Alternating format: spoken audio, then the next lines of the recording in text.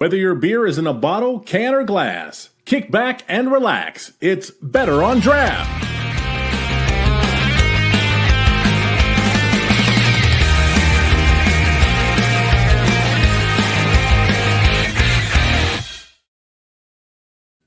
Hello and welcome to Better on Draft. My name is Rob. I'm one of your hosts. It has been a minute, so hopefully you remember me. I do sound a little funny right now because I'm fighting a bit of a cold. And with me is Wendy. Hey, Wendy, welcome back. How are you doing? I'm waving at you like everybody can see me. It's been a while. Obviously, I'm doing fantastic. Excellent. What are you drinking today? I am drinking Hoof Hearted's. It's 5 o'clock somehow. It is a double IPA brewed with Phantasm, double dry hopped with Citra and Nectron hops. And it is delicious. Nice. Today I have a Rheingeist Truth Bomb because I saw one in the store and got it. I'm not sure what hops are in it, and they don't have it on the can, but I love their Truth series a lot. So I don't know that I've had this one before, but I'm looking forward to it. It is pretty good. This one's a you have been out and about. Your Yes. trip is much more exciting than mine have been, so I want to hear about yours. Yeah, but yours was first. I can get started. That's fine. Right, I went to Australia and New Zealand for 3 weeks and a bit. It started with a trip to Melbourne from here in Indianapolis. I had to connect through San Francisco because there are not direct Indianapolis to Australia flights. We actually had some plane troubles, just weather related. So it was that annoying thing where the airline doesn't have to do anything about it. And we missed the connection in San Francisco. There is one flight a day. And so we had to stay in San Francisco for a full day, which is not bad. Yeah, I could think of worse cities. Right.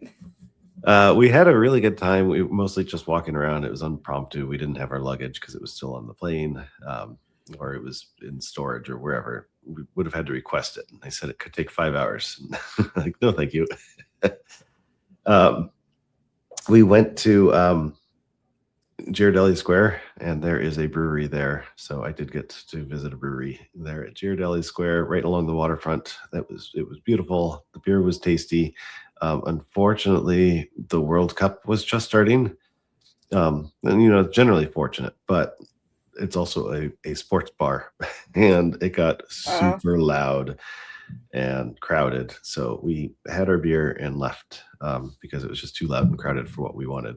After being in the same clothes we were getting close to 48 hours at that point. So I think I've told this story before about when I was in Miami for World Cup, and it was 100% the best day of brewery hopping I've ever done because every brewery had a different game they were watching.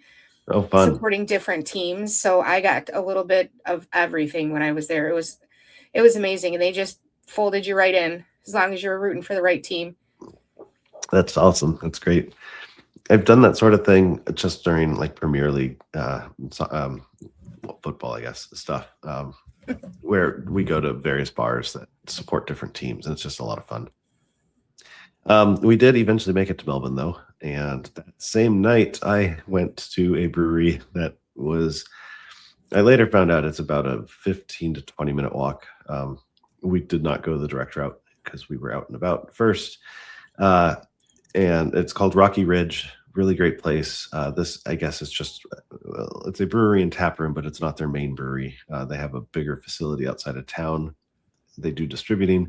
But I had just a wonderful, wonderful time there, drinking in the first Australian brewery that I ended up in. So this one is the one that my son and his girlfriend, they frequent. And they've got that rewards program type stuff that a lot of places have. So apparently we were drinking free that first night just on all the rewards that they had acquired. Nice. Yeah, so that was pretty great. I did talk to them about possibly being on the show, and they were interested. So I need to reach out to them. I wish I could remember what beers I had. I remember one of them was a black IPA, and it was delicious. They all were delicious. But when I see a black IPA, I tend to order it. I do not. Yeah, yeah. So they were a lot of fun, and then we spent a little over a week in Melbourne at that point. Did all sorts of stuff. We rode. They've got a train outside town called the Puffin Billy. So this one's not so beer related, except that there was beer at the departure station. So that was, but the Puffin Billy is a little steam engine. It's pretty cute, and they've got a bunch of passenger cars hooked up to it, probably about 10 of them, and they all were full. But the neat thing with this one, you sit on a bench in the middle, facing outward, and it's set up so that people prefer to sit in the windowsill with their legs hanging out, like they've got bars so you don't fall off the thing. But it runs along the side of some mountains along the Yarra River Valley. So it's just these breathtaking views. You can see forever from up there, and you just wind around for a while and get to the next town and the next town, and then we head back to town. So that was a lot of fun. That was a good day. On the way out there, we booked a tour because we didn't want to bother with driving on the left side, or renting a car, parking a car. All that stuff is annoying.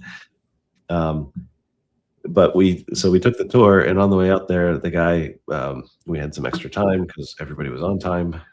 So we stopped at this park on the way out, and we saw probably 50 kangaroos just hanging out in the park. And that was really cool. There was one that had a little Joey sticking out of her pouch, just back in the woods too. That was great. I've got some pictures of all that. But that was great. You could get really close to them. They weren't too skittish, but they were definitely staying away from people. So the kangaroos were awesome. There were tons of weird birds that we saw out there in the wild. And then our second stop on the way to the Puffing Billy. Do you use the Merlin app? I don't. I know. I kind of wish I had down there. I'm so disappointed to hear that. Yeah. I figured you of all people would know about that.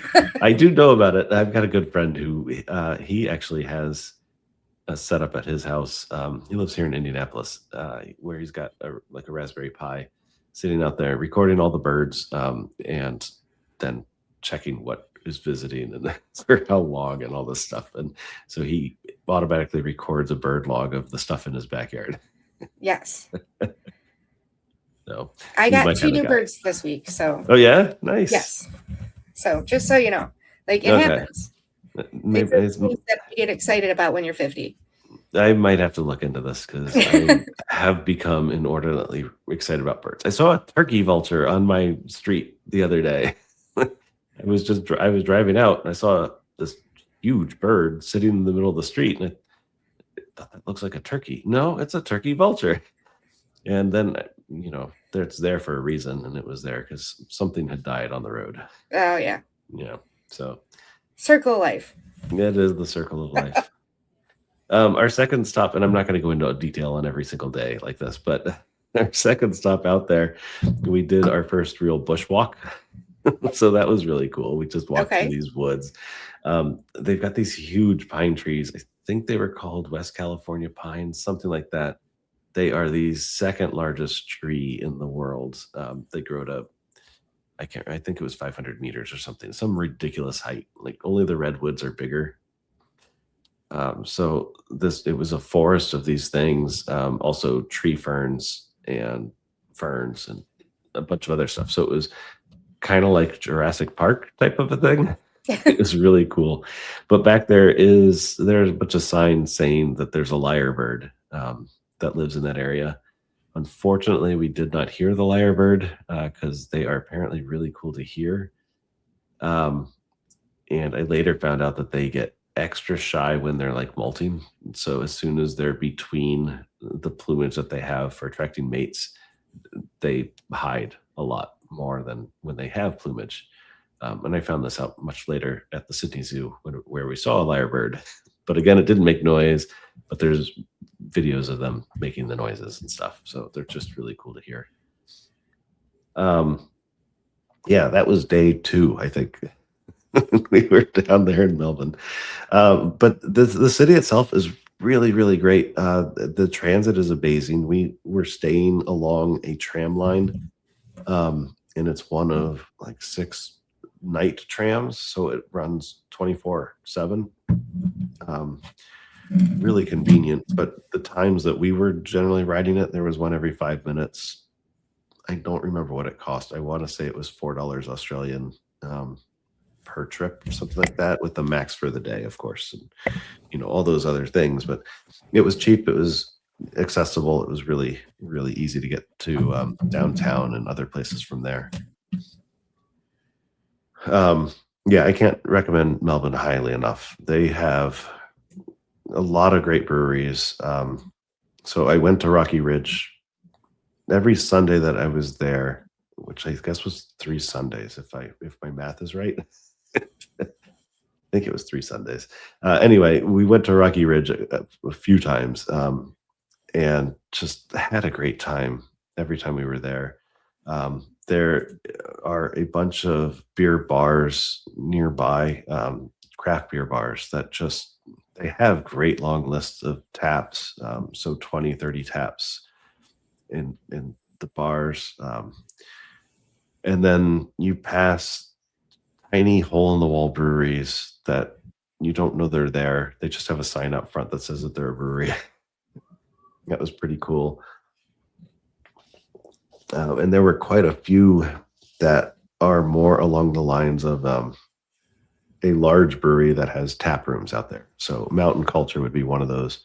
I don't remember where Mountain Culture brews their stuff, but it's not in Melbourne. But I think they do some brewing at this location. At least they have the equipment there. And they had, I want to say 20 of their own taps.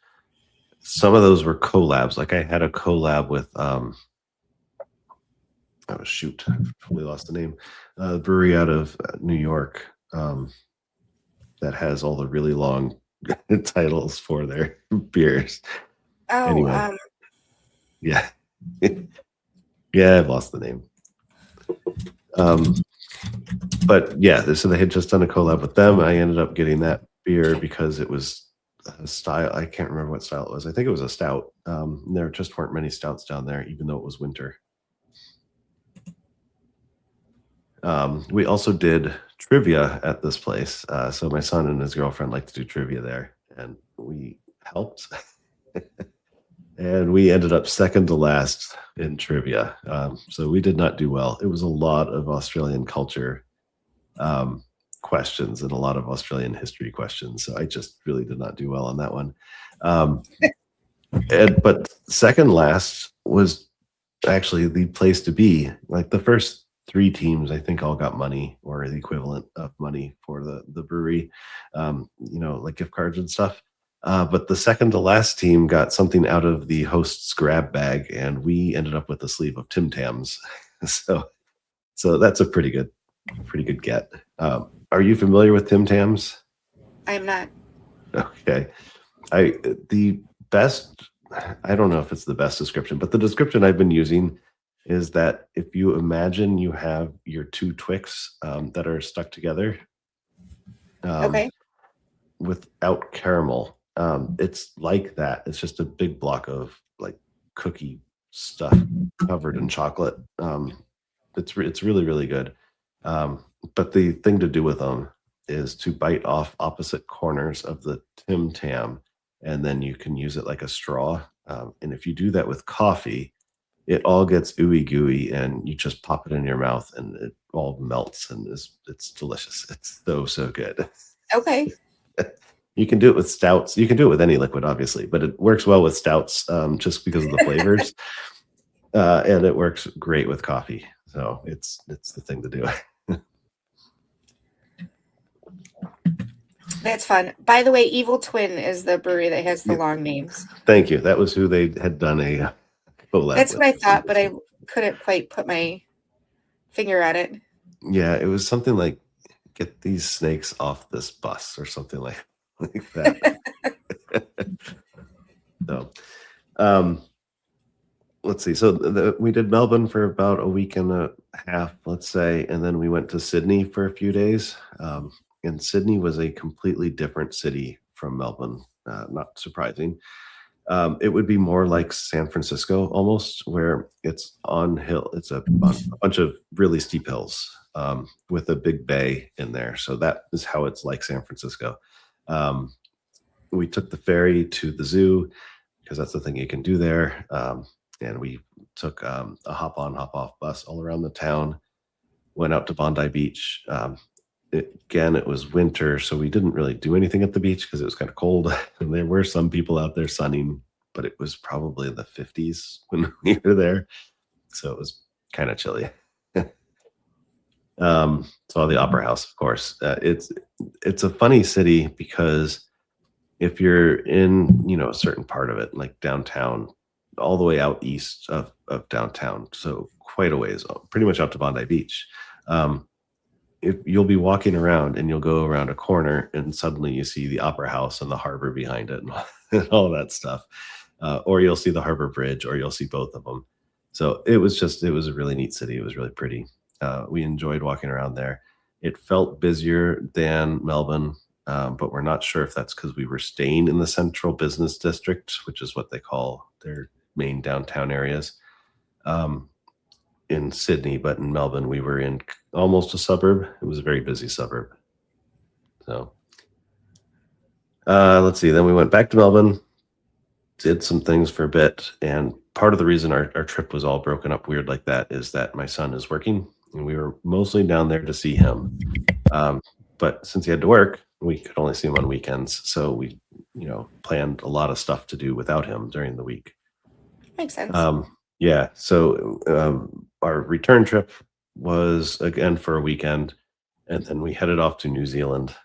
I guess there's one more Australia thing I need to bring up too, is that we went out to Phillip Island. I always want to call it Prince's Island, but that is in Calgary, Phillip Island.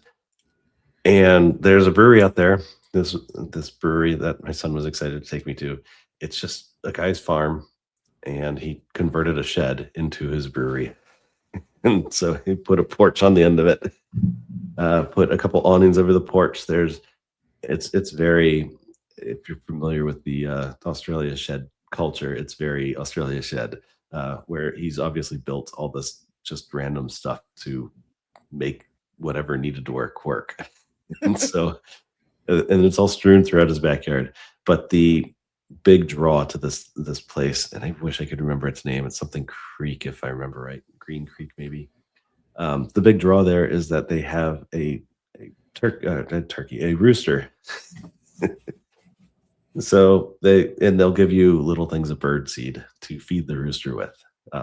So the rooster will happily come and eat the bird seed out of your hand and strut around. It was a beautiful rooster, very colorful. But from there, we went to go see the little penguins, which is the smallest breed of penguins. They are nocturnal.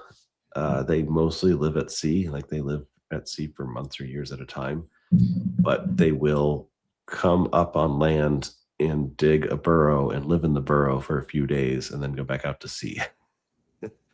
And so we were there to watch them. Needed a nap.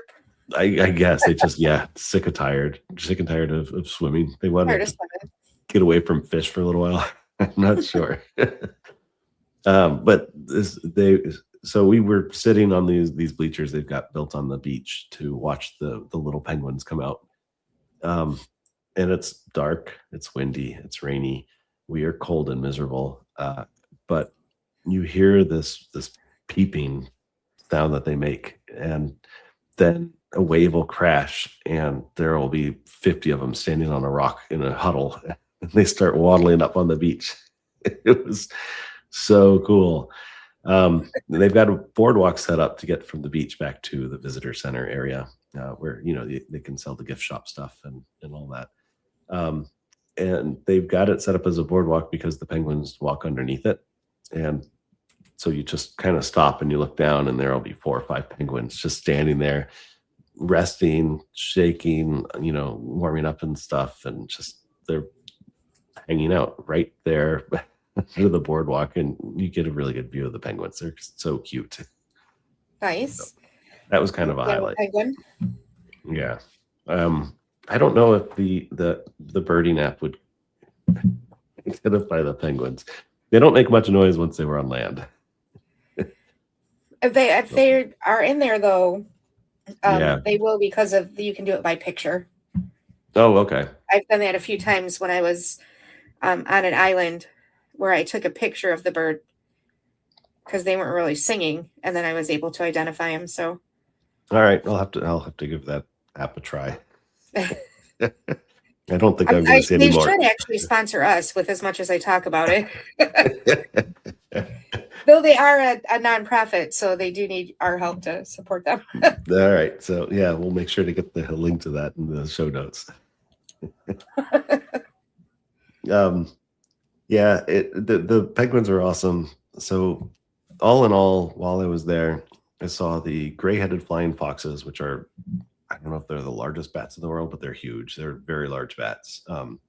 There's a colony of them that lives in Melbourne in one of the big parks. It's a huge park. It's beautiful too. The Yarra River Park there.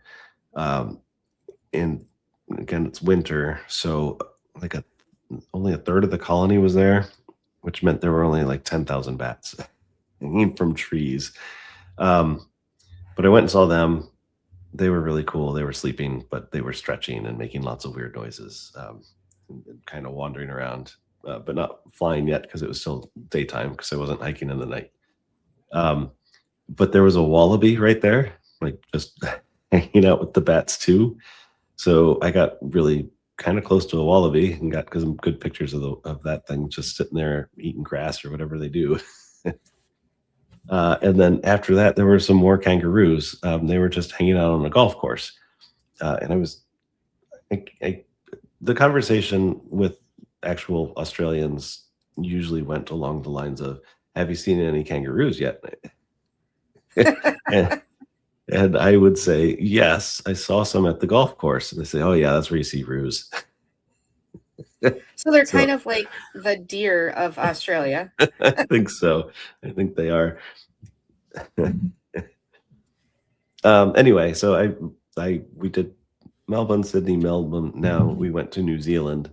We went to Auckland, which is on the north part of the North Island. There were a few reasons that we wanted to go there, but one big one was Greg. Let's see, he was in episode 348, where we talked to him about his brewery, Bureaucracy. He was also in episode 388, Beer Judging with Beer Judges. Yes. Yeah. So, but his brewery, Bureaucracy, is about an hour and a half south of Auckland in a largish city called Hamilton. But getting a flight to Hamilton is not as easy as getting one to Auckland. So, right. And once you're in Hamilton, you're in Hamilton. When you're in Auckland, you're in Auckland. There's a lot of stuff there. And so that was why we chose Auckland. But we did see Greg. We saw his brewery. Had a great time there. Had a great time in, I wish I could remember the name of the town. There's a cute little town nearby that they're really into corrugated sheet metal.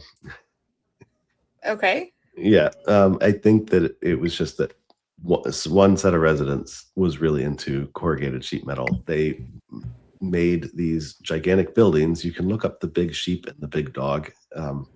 It's on like well, you can find them. It's in that Encyclopedia Obscura. But that's how it started. So they built a sheep and ram building and a sheepdog building. There used to be a yarn shop in the sheep building, but that has since moved, and it's basically a gift shop in there. I can't remember what was in the sheepdog building. It might have been the visitor center. And then the ram had something else in it as well.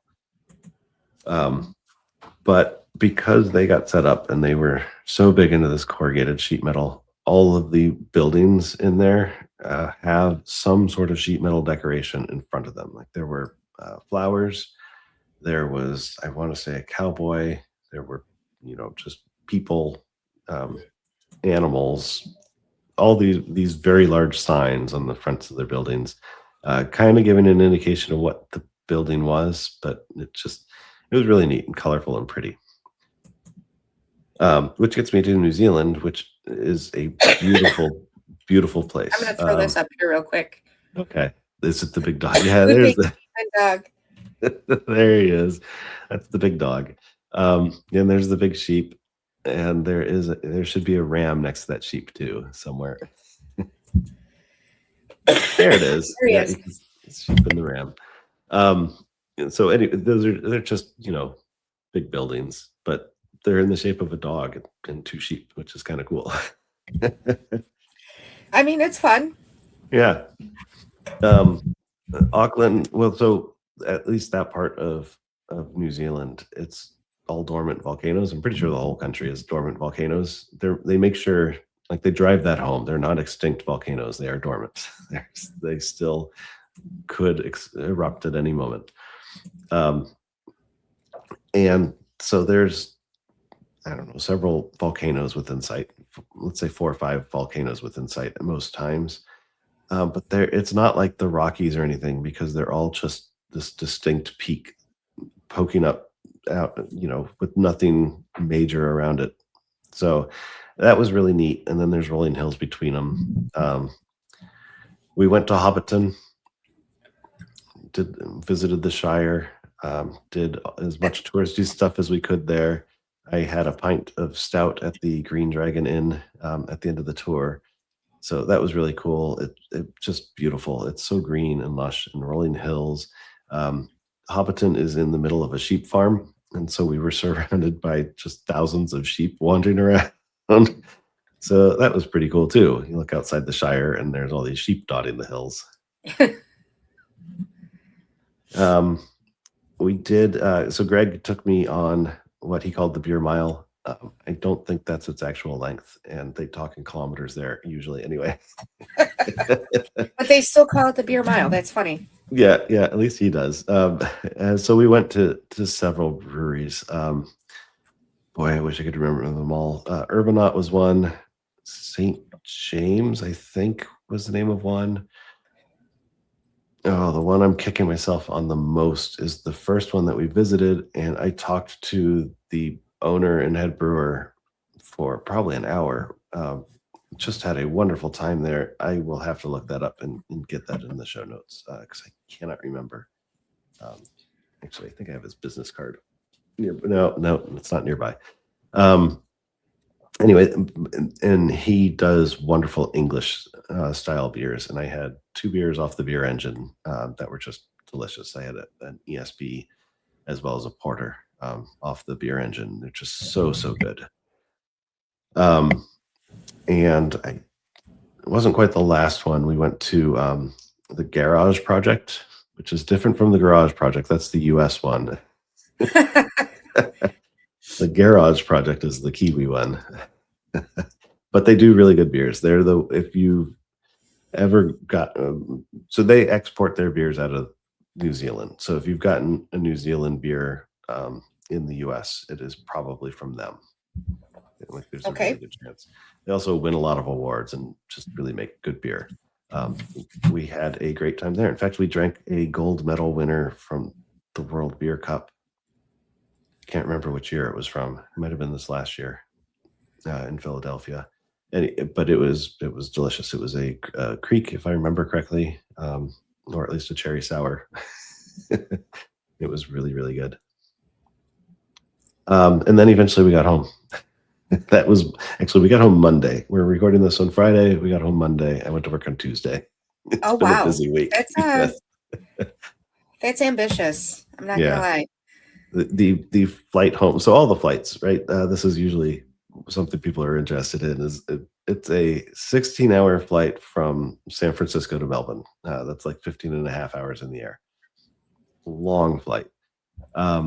The flight from Auckland to San Francisco is, I think, 11 and a half hours in the air. So call it a 12-hour flight. It left Auckland at like 1 o'clock and landed in San Francisco at 7 a.m. the same day. So my Monday Went so long. I didn't get home till 8 p.m. After it, I had left the house at 9 a.m. just because of when we were ready and when the checkout from the Airbnb was. So my Monday was just so many hours. It was that 12 hours plus whatever in San Right? Francisco and the flight home. I don't know. It's tough math because of the time zones. And you still went to work the day after you got back. That's crazy. Yeah, it actually, so the flight back felt easier. I don't know why really. Like we just napped a little bit, but it was just a long day. And then I pretty much crashed that night and was fine in the morning. Yeah. Anyway, that was my trip. It wasn't super beer focused, but I managed to find beer somehow. Of course, that's how it works. My trips were kind of similar, that they were not beer focused this time, but I did manage to figure out beers while I was there. The first one I did was an MSC cruise. Um, for those of you who know me, you know that I think a 3-day cruise is kind of ridiculous because by the time you get to know the ship, you're leaving the ship. Mm, So, but this was for one of the both of the things that I were doing were for the Senate organization that I'm a part of, the JCI Senate. So this one was a group that involved North America and the Americas and the English-speaking Caribbean countries.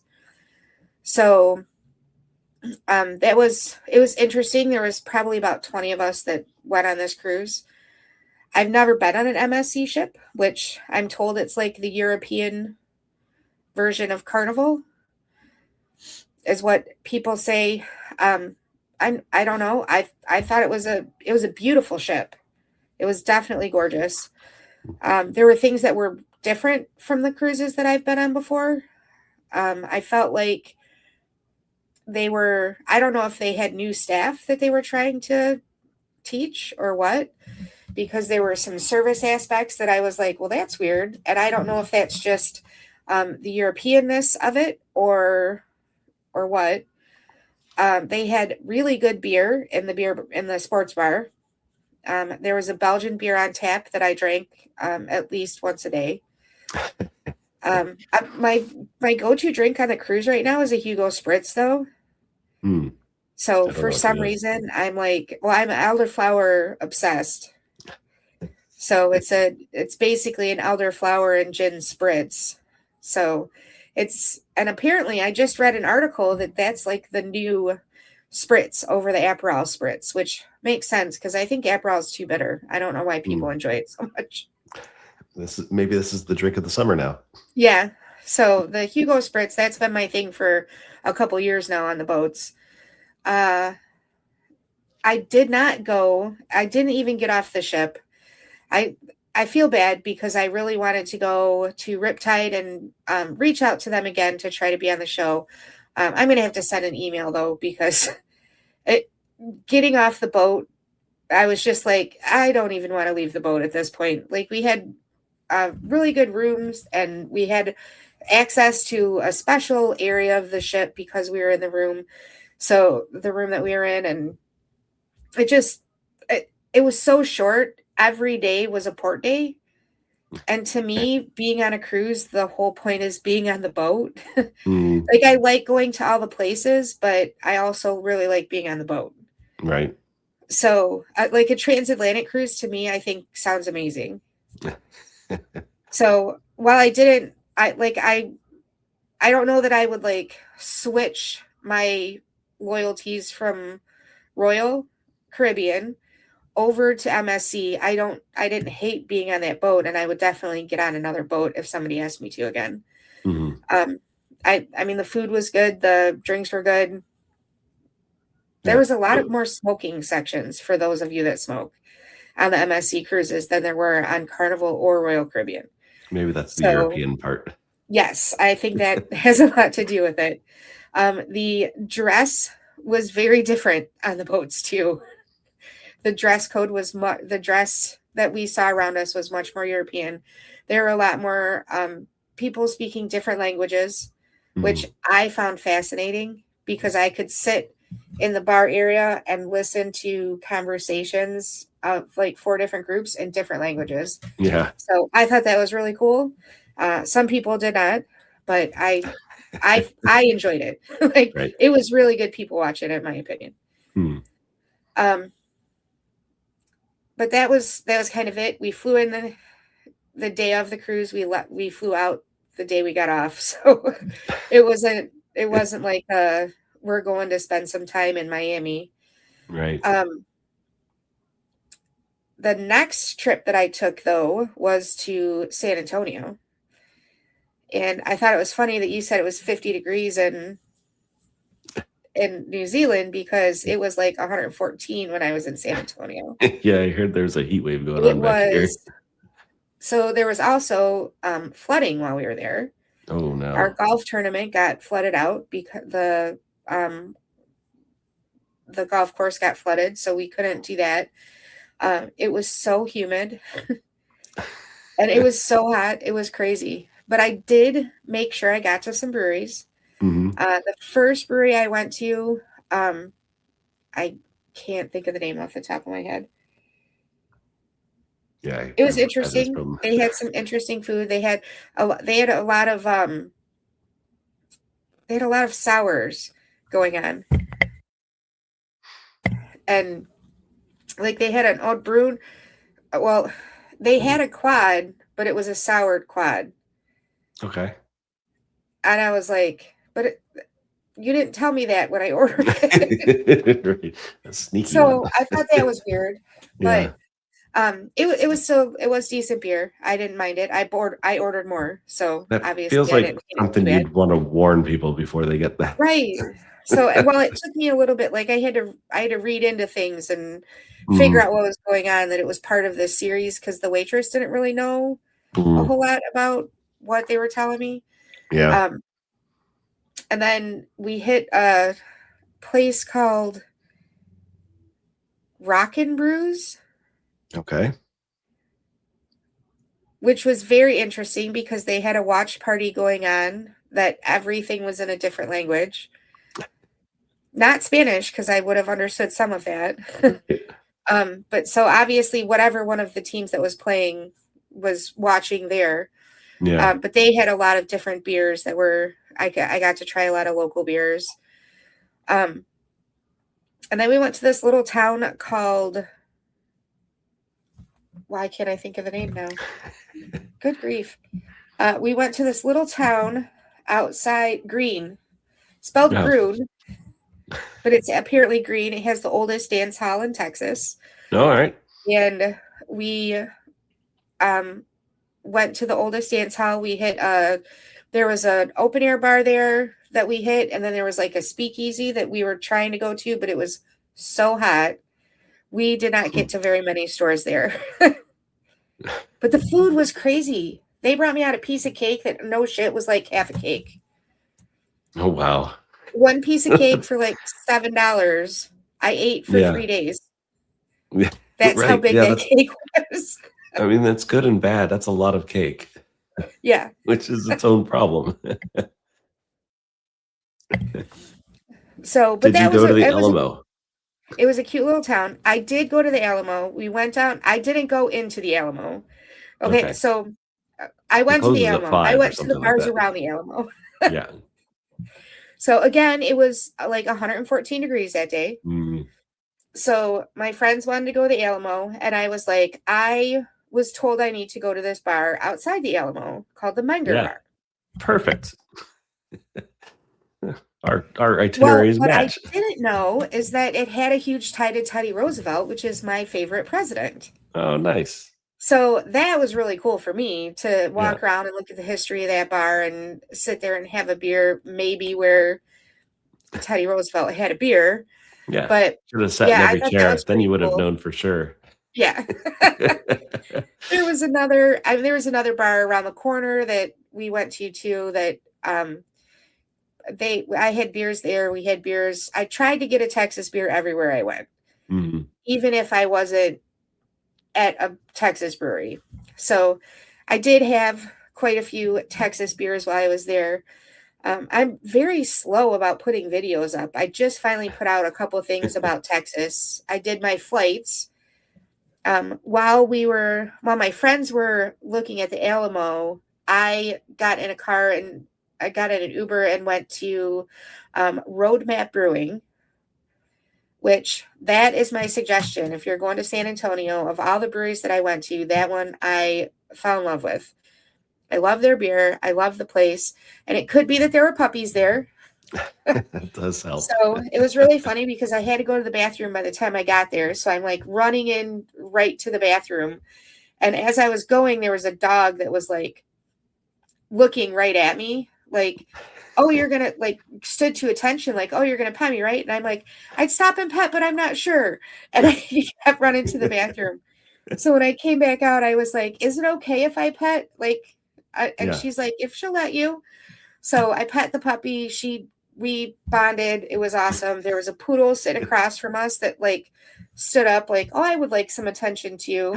But then when I put my hand out to see if she wanted to be pet, she kind of did the no thing and like stuck her nose up in the air and turned away. I was like, all right, that's a no. Yeah. But as somebody whose family has adopted dachshunds for years, I am very versed in I want you to pet me, but I don't want you to touch me. Yeah. Look that dogs give. So I always try to ask before I actually just pet, just because I don't know what their actual temperament is. That's right. But I usually will pay attention to a dog before I will pay attention to the dog's owner, which is probably not always a good thing. Yeah, I think a lot of dog owners are used to that. Yeah, but the beer was good. I enjoyed it. Their flight was the Texas map outline, which I find fun that because they're very proud of their state there in Texas. Which I mean, I can't blame them. Everything I saw was pretty cool. We did dinner on the riverfront at a pretty ritzy restaurant. It was fantastic, actually. I can't say anything bad about it. And then we did the river walk, the river boat tour. Okay. In the evening. So that was pretty cool. Nice. And the next day we hit some breweries. I went out kind of a little bit a ways from the city center. And the first brewery was really good. They had good food. I like the beer. And then the next brewery that we went to, I went specifically because of it was called True. It was a dog friendly brewery. That's why I went. I like, if I'm going to go to these breweries, at least I'm going to see some dogs. That's right. I did see a couple of dogs, but they weren't when I first got there. We got dropped off at the CVS across the street because we needed to pick some things up, and we figured, oh, it's only a block to walk. You just have to cross the street and walk half a block down to get to the brewery. Well, in 114 degrees, a half a block is a really long walk. It is. And like I was soaked by the time we got into that brewery. Yeah. And Texas, the roads can be kind of squirrely anyway. You may not be able to cross them. Yeah. Well, I mean, it was a pretty busy road that we had to cross, but there was a crosswalk. We walked a little bit out of the way to get to the crosswalk. Yeah. But it was Thirsty Pup Brewing. And they really made an impression on me because I told him the reason that I came was because I'm big on dogs. And he's like, yeah, we are too. He's like, we actually got a dog from the brewery because they had a event where they had rescues come in and they fell in love with a dog there. And he's like, yeah, we get to know the dogs more than we get to know the people sometimes. He was like, I had a situation come in one time where there was a dog that I knew, but the person didn't look familiar. And I had to be like, you're not this dog's owner, are you? And he was like, no, I'm just dog sitting. Like, the dog led me to the brewery, though. There. Yeah. So, and I did get a tattoo while I was there. Hey, of a dog? So I have a new Wonder Woman tattoo. Okay. My favorite thing, sleeve. Nice. So that was pretty cool. That was a Twisted Tattoo. They were amazing. Like, it was a very large tattoo shop. I've never been to a tattoo shop with that many artists. And the person I got paired up with was amazing. So I liked it. Gabby, shout out to you. That's good. My wife always made fun of me because I knew her friends' pets' names, but I couldn't remember her friends' names. I have been known to spend my time hanging out with my friends' pets over them at parties. So yeah. It's not that big of a deal. No, we have a kitten right now. People come over to see the kitten, not to see us. Totally understandable. True story. Yeah. I do need to point out in show business that we have coming up, we're going to be talking to author Jeremy Banas. Should be next show. He has written, one of the books he has written is Pearl, A History of San Antonio's Iconic Beer. Nice. Yep. So he also has a book about Celis beer and a book he co-authored about San Antonio beer. But he is publishing a book about Lone Star beer. So we will be talking to him next show. Anyway, you can talk to him about San Antonio, I am sure. Yes, I will have plenty of questions. And now I wish I'd have known that. Well, I did kind of know that, but I wish I'd have thought to buy the books before I went to San Antonio. Oh yeah, true. Did use the Joel's book, The Flights Across America. Yeah. In planning for my trip. That was the other author. I was trying to remember because we've had a bunch of authors on recently. Yeah. Trying to remember that one. I knew that we had one who had done traveling and beer. Yes, I used Joel's book. I just did it too. I pulled it out because I'm going to Topeka, Kansas in September. Okay.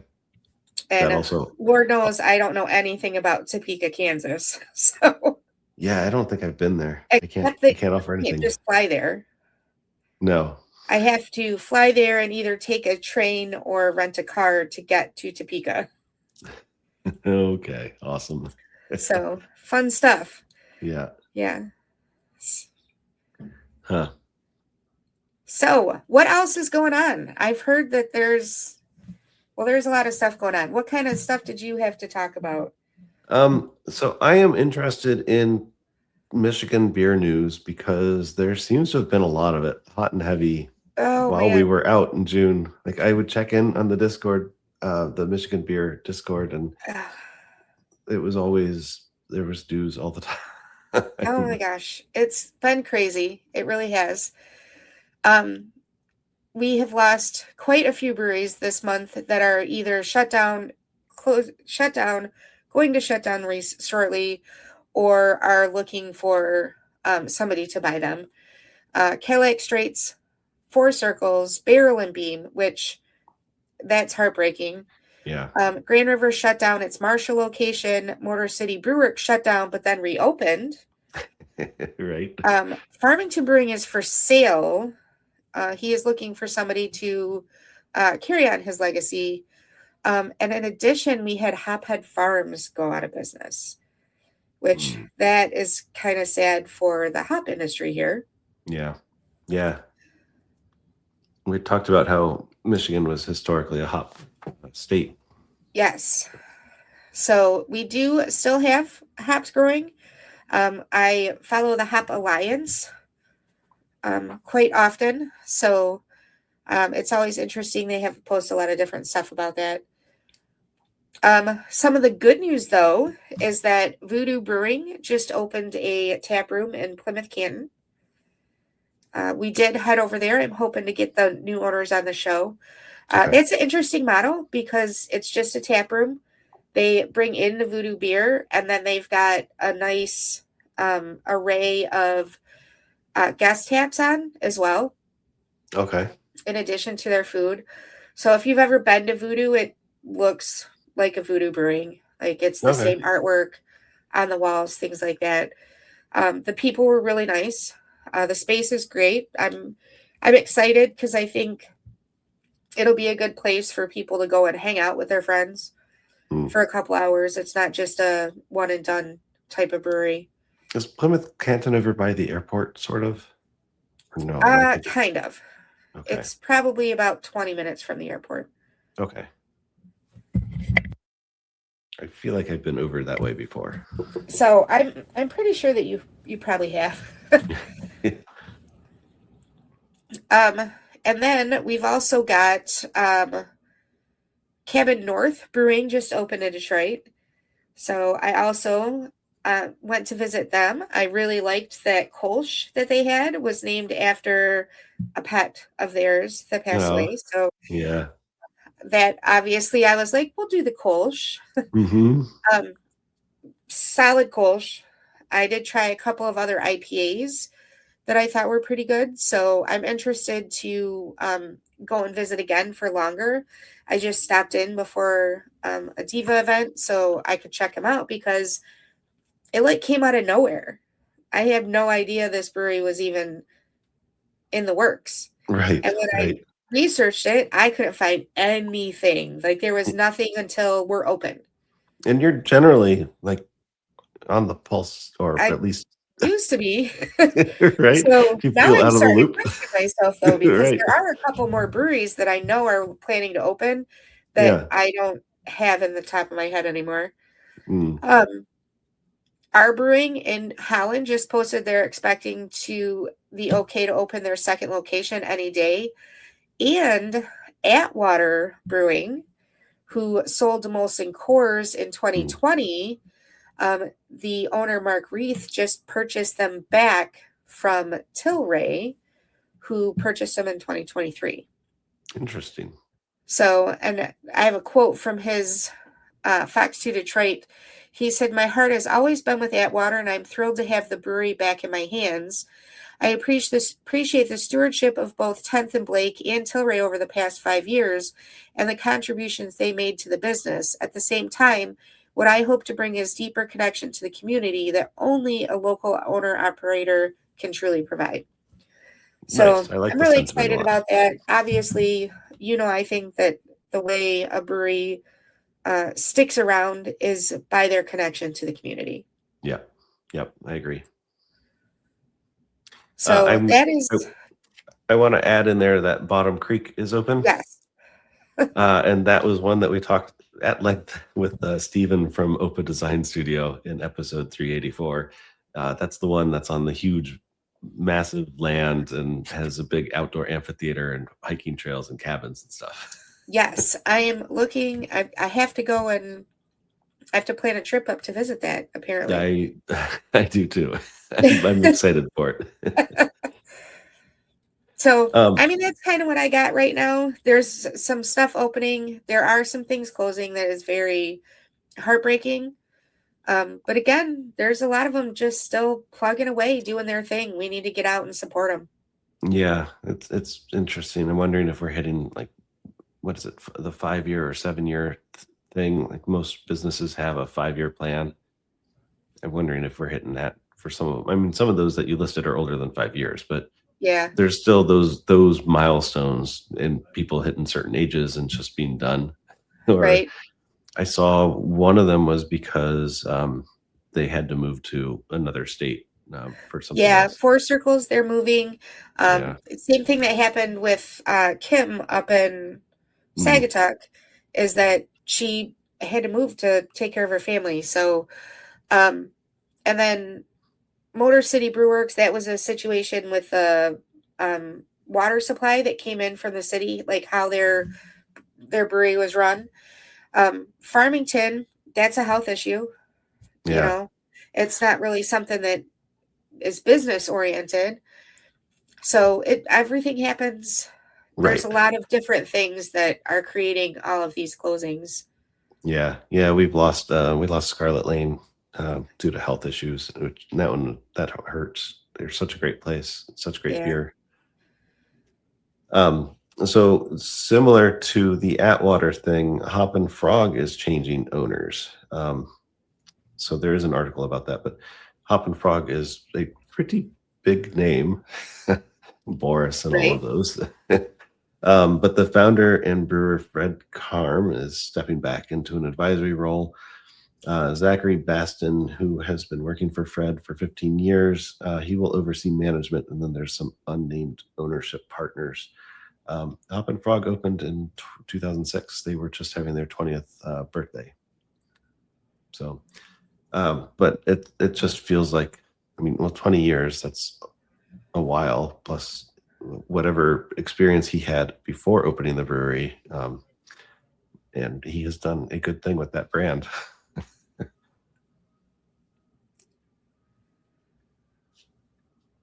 But yeah, those were I'm glad that we got caught up on the Michigan beer news. Yeah, I'm glad there isn't more. I hope I didn't miss anybody. If you did, it was not intentional. I've been trying to keep track, but man, it gets sad every now and then. Yeah, right. It's sad when they close, even, that there's so many different reasons that they can go. It's exciting when they open. Right. It is exciting. I was really excited to see Cabin North. And, I was just at Six Spoke. That's actually the reason I was in town. I was over in Detroit because I was going to a social at Six Spoke. They're about ready to celebrate their first anniversary. Oh, fun. And, Full Measure, they're coming up on their first anniversary too. Right. So that's exciting. And then there's another brewery set to open in the Detroit, like in the city proper. So yeah, there's lots going on. I don't know. It almost feels hopeful again. Sometimes it's sad and then it's not. One other thing that I did pick up on is Saugatuck Brewing and Vivat Brewery and Spirits. We had talked about companies that are going to merge. We're going to see a lot of companies merging their stuff so that they can, or creating alliances, I guess. I don't know how to word that. Right. And Saugatuck Brewing and Brewery Vivants are forming a partnership to share resources. Okay. So Vivant is going to utilize Saugatuck's nearby brewing facilities instead of pursuing an expensive expansion at its own site. And that follows an arrangement initiated last year where Vivant began using Saugatuck's brewery under an alternating proprietorship.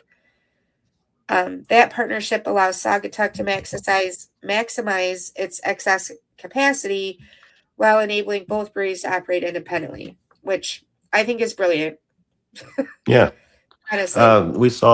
We had talked about it at one point, Halfacre and Maplewood are doing something like that too. Yep.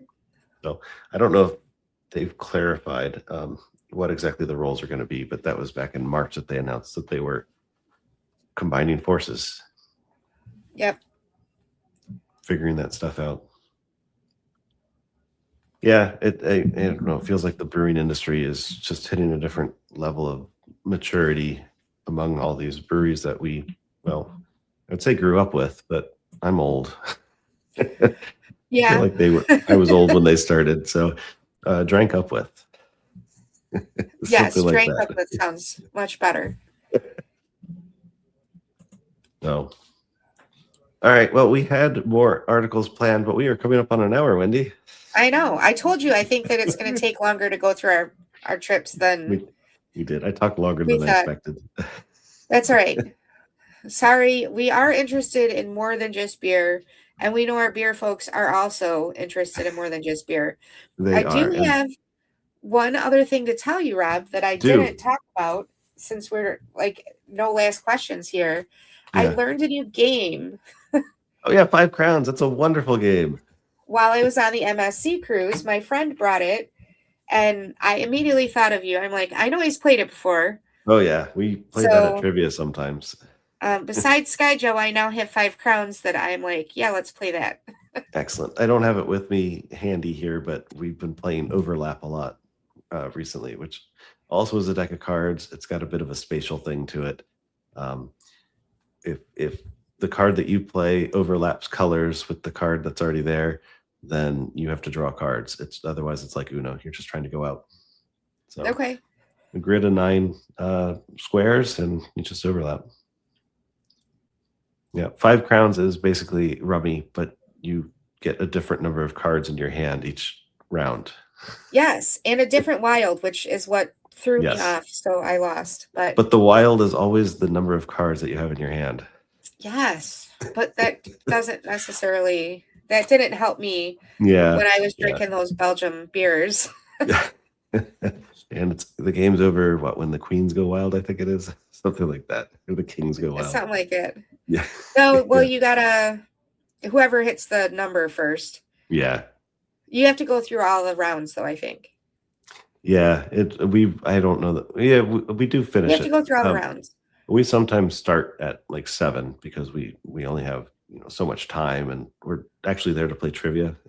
Oh, yeah, that makes And sense. we play cards between questions. Some questions we have to debate longer than others.